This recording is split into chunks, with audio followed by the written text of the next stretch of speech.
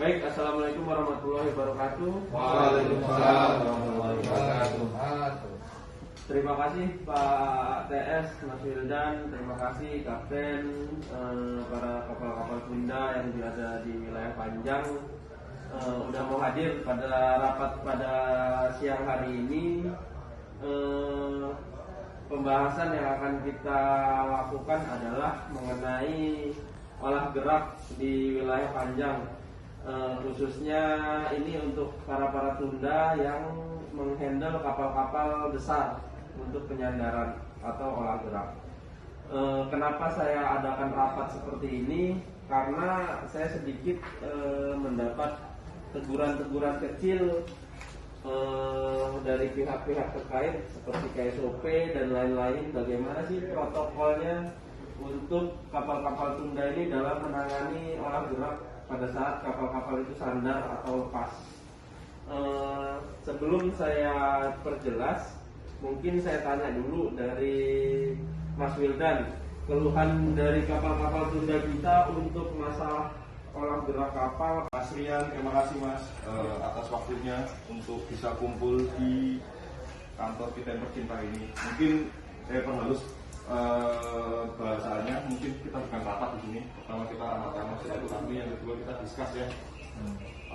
Mungkin dari teman-teman nakoda dulu, kira-kira ada nggak unek-unek atau mungkin bahasan yang bisa kita discuss di sini yang bisa perlu disampaikan, monggo dari teman-teman. Mungkin Mas Widodo sebagai nakoda Batavia 1.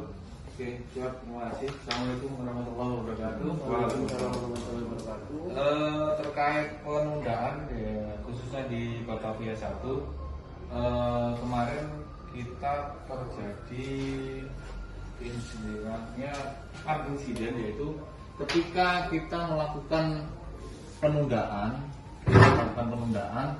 jadi kalau prosedur yang seyogyanya seperti apa, saya minta diterangkan ketika itu kita terima perintah dari Pandu. Ketika terima perintah dari Pandu dan kita harus ikut instruksi Pandu, setelah kita lihat di lapangan sebenarnya kapal itu tidak bisa keluar secara aman. Oke, terima kasih kepada Pak TS Mas Wildan sudah memberikan waktu dan kesempatan untuk memberikan atau mengajukan pertanyaan. Saya sendiri dari Nakoda Selat Undi 3 ingin mengajukan pertanyaan mengenai cuaca. Posisi kita di pelabuhannya untuk melakukan penundaan baik itu kapal untuk membantu penyandaran kapal masuk atau membantu kapal lepas dari pelabuhan. Nah, untuk posisi penyandaran kapal itu kan kita menjemput kapal ke pilot station. Di saat situasi keadaan cuaca buruk, saya mau menanyakan karena yang ingin mengetahui SOP-nya seperti apa atau batasan-batasan tertentunya seperti apa tentang cuaca buruk itu sendiri. Di batasan mana kita tidak boleh melakukan penundaan atau melakukan penyandaran untuk melakukan proses penyandaran kapal. Jadi saya ingin menanyakan untuk batas jarak pandang atau untuk kecepatan angin sendiri, batas yang untuk perihal tadi yang saya sempat sebutkan terkait apa sih hak dan kewajiban kalian sebagai nakoda di atas kapal saat dalam prosesi penundaan pemanduan kapal, baik itu penyandaran kapal atau pengeluaran kapal dari dermaga. Di sini jelas bahwa kalian adalah nakoda itu sebagai wakil dari perusahaan, dan karena itu keputusan dan tindakannya dapat mengikat perusahaan. Nakoda harus paham benar tentang hal ini dan karenanya harus bertindak dan mengambil keputusan yang terbaik. Di sini jelas ketika kalian sudah dibekali oleh sertifikasi dan ijazah kalian, kemudian kalian dibekali knowledge yang selalu diupdate.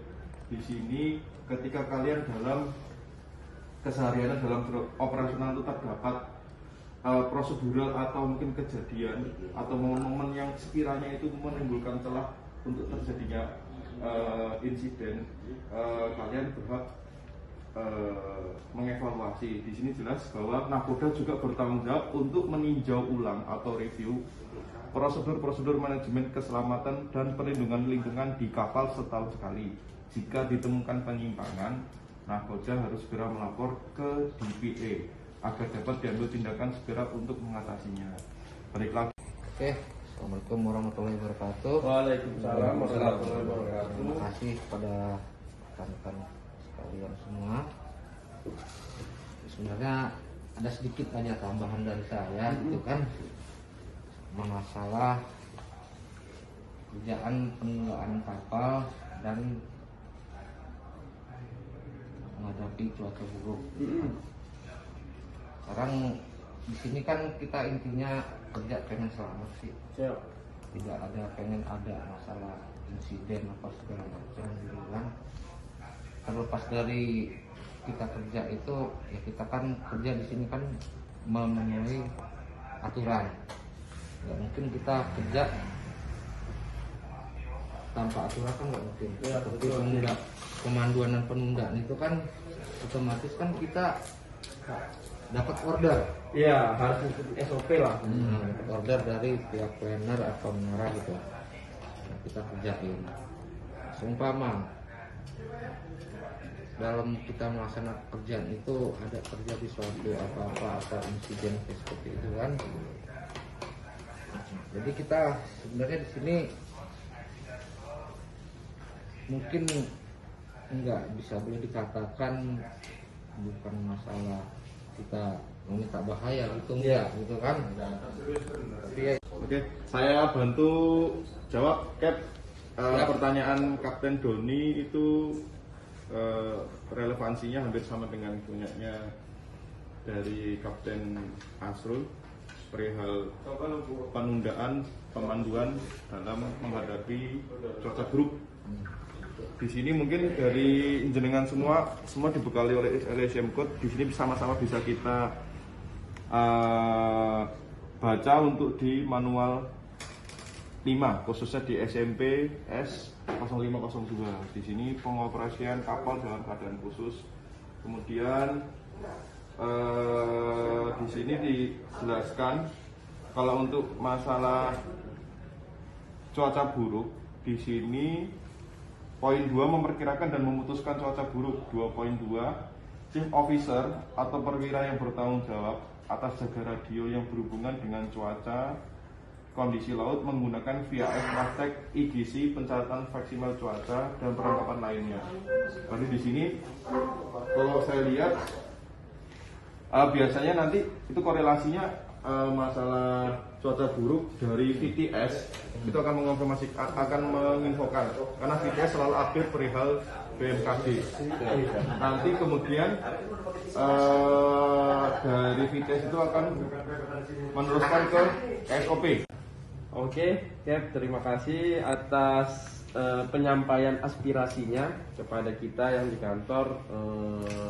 Mudah-mudahan ini selalu dapat berjalan, karena kalau misalkan kaptennya nih diem-diem aja juga kita nggak tahu nih apa sih yang ada masalah di kapal. Soalnya yang selalu kita bahas adalah bagaimana kru kapal, ABK kapal itu dalam pelayanan itu selalu menggunakan APD segala macam. Ternyata di balik itu untuk mengenai keselamatan dan lain-lain ternyata ada juga kasusnya dalam penyandaran dan lain-lain. Oke, baik, terima kasih Mas Wildan, para Nakoda udah mau datang di kegiatan pada Safety Talk siang hari ini. Yang bisa saya simpulkan adalah kita harus adanya penambahan penanganan khusus kepada kapal-kapal atau dalam kondisi cuaca buruk. Itu makanya nanti kita lanjut di safety meeting yang bersama Nahkoda, menara, planner, pelayanan kapal, motor pandu itu per setiap 1 bulan.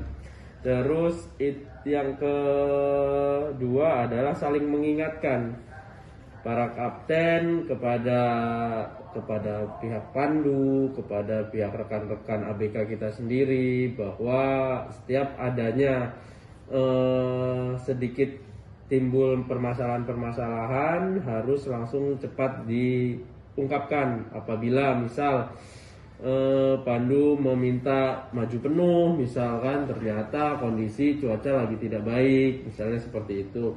Terus yang ketiga adalah komunikasi, dan yang terakhir adalah selalu aware sama kapal kita dulu deh.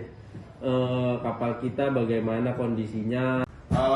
Mengakhiri pertemuan kali ini, saya ada suatu pepatah.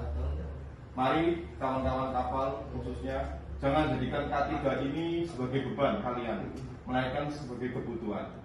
Jodoh itu bebas dipilih, tapi safety harus dipilih. Safety kita safety. Jaya.